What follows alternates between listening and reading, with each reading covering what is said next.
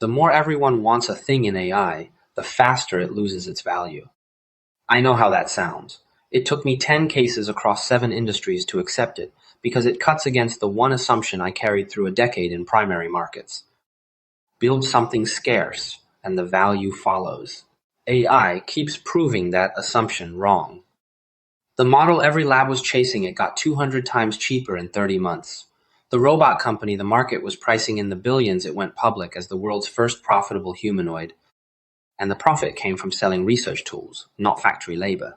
The car Washington tried to tax off the road, a 127.5% tariff, could not stop a single order because the buyer was never buying the thing being taxed. 3 different worlds: models, robots, cars. They look like separate stories. They are the same story, and it has been hiding in plain sight through this entire series.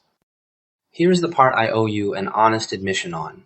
I could have said this 10 episodes ago. I didn't, because I did not want to believe it myself.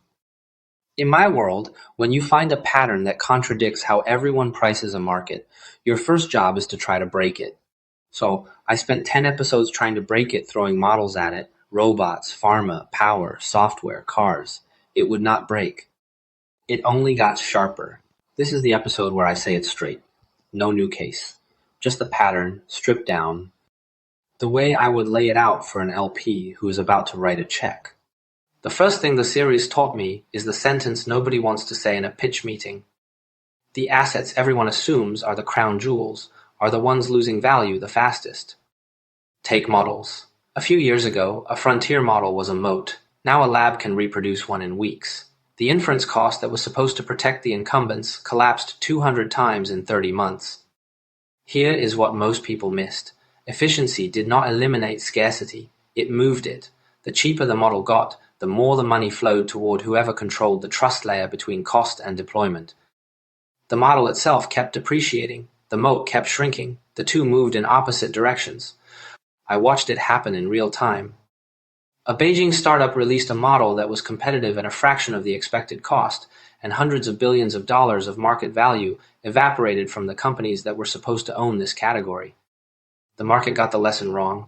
It thought the lesson was China can build cheap models. The actual lesson was models are now the cheapest part of the stack. And it is not just models. Look at the robotaxi chassis.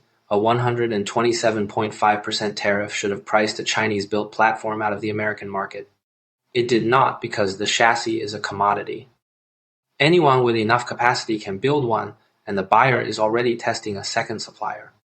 What gets taxed is the thing that can be copied. What escapes the tax is the thing that cannot. Here is the rule in one line. What can be replicated depreciates. The model, the chassis, the chip. Whatever just gets built loses value the moment the next person can build it too. The thing that makes an asset feel safe is the exact thing that makes it worth less. Now the second lesson, and this is the one that costs investors real money, because it wears the disguise of progress. The scale trap. 46 billion yuan. 6 months. That is how much capital poured into China's robotics and embodied intelligence sector. 140 plus companies, thousands of units rolling off the line.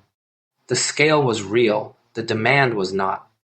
I said it at the time, and it has aged well. Scaling before verified demand is not stupidity, it is survival. Scale generates revenue. Revenue enables financing. Financing buys runway until demand finally shows up. That loop is rational. It is also a trap, because every turn of it hardens the debt layer. Now watch what the market does with that loop. A humanoid robot company went public as the world's first profitable one, at a $4.2 billion valuation.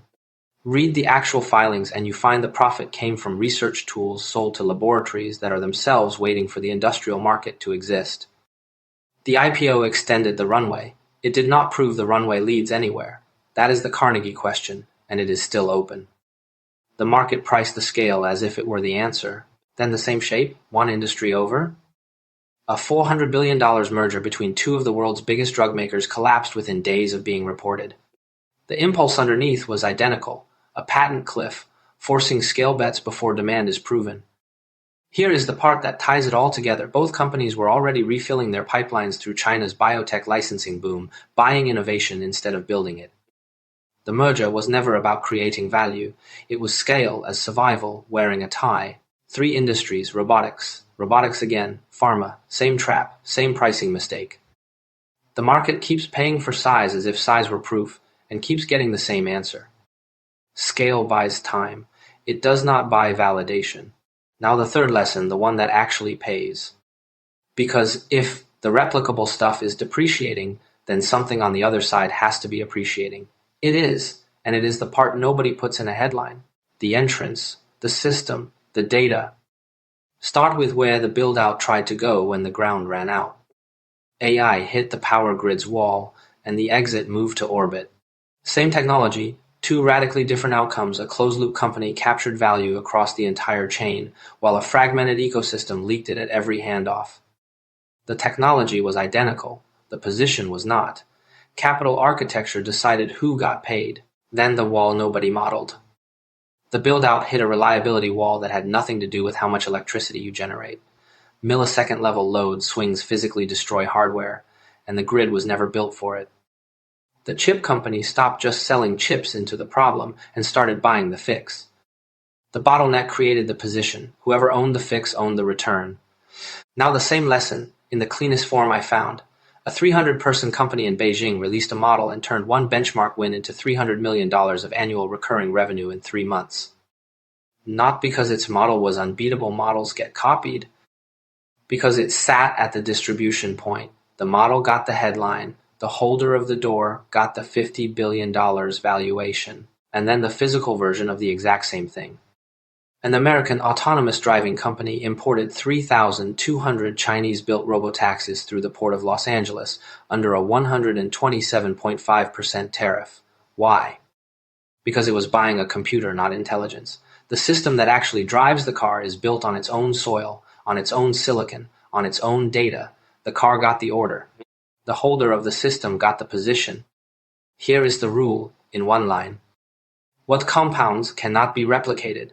Entrance, system, data, they cannot be bought across borders. They are built in-house, trained on proprietary data, accumulated at scale. And they get more valuable the longer they run, because the model can be copied, the door cannot, the chassis can be copied, the system cannot. Every turn of the wheel makes the holder harder to dislodge, not easier. Put the 3 lessons together and you get the frame. It is the thing I kept circling for 10 cases, and it is simpler than it sounds. What can be replicated depreciates. Scale buys time, not validation. What compounds is the entrance, the system, the data, and the holder of those gets the return. A decade in primary markets taught me to stop asking whether an asset is good and start asking where it sits. When anyone can build a thing, it loses value. When only one can build it, it compounds. That is not a China story, and it is not an AI story. It is a build-out story. What happens when an industry constructs itself from raw material to finished product, and the value has to land somewhere? The answer, every single time, is that it lands next to the cash flow, not next to the asset. Now, the part I want you to actually test, because it is the part most people resist. This frame is uncomfortable to act on. The replicable stuff is where the excitement is, the demos, the launches, the numbers that make the headlines. The compounding stuff is boring. It sits behind a contract, a distribution point, a proprietary data set. It does not demo well. That is exactly why it still pays. If the pattern held no discomfort, it would already be priced away. I told you at the start of this season that a frame was emerging. This is it. It is not finished. I am still pressing on the edges, but here is the shape. Assets get the headlines. The position gets the return. Capital votes with orders, and orders follow the position. Let me close the loop the way I opened it. 10 cases, 7 industries, and the same shape every time. The model got cheap, and the money moved to the wall. The robot scaled, and the market confused scale with proof. The car got taxed, and the orders kept coming. Because the thing being bought was never the thing being taxed. What that tells me is uncomfortable, and it is the most useful conclusion this channel has produced so far. The AI build-out is not a contest over whose technology is better. It is a question of where value gets captured as the industry matures. And value gets captured by whoever holds the position, not by whoever sells the product. I have said all season that when the software is cheap, the door is expensive. When the hardware is cheap, the system is expensive.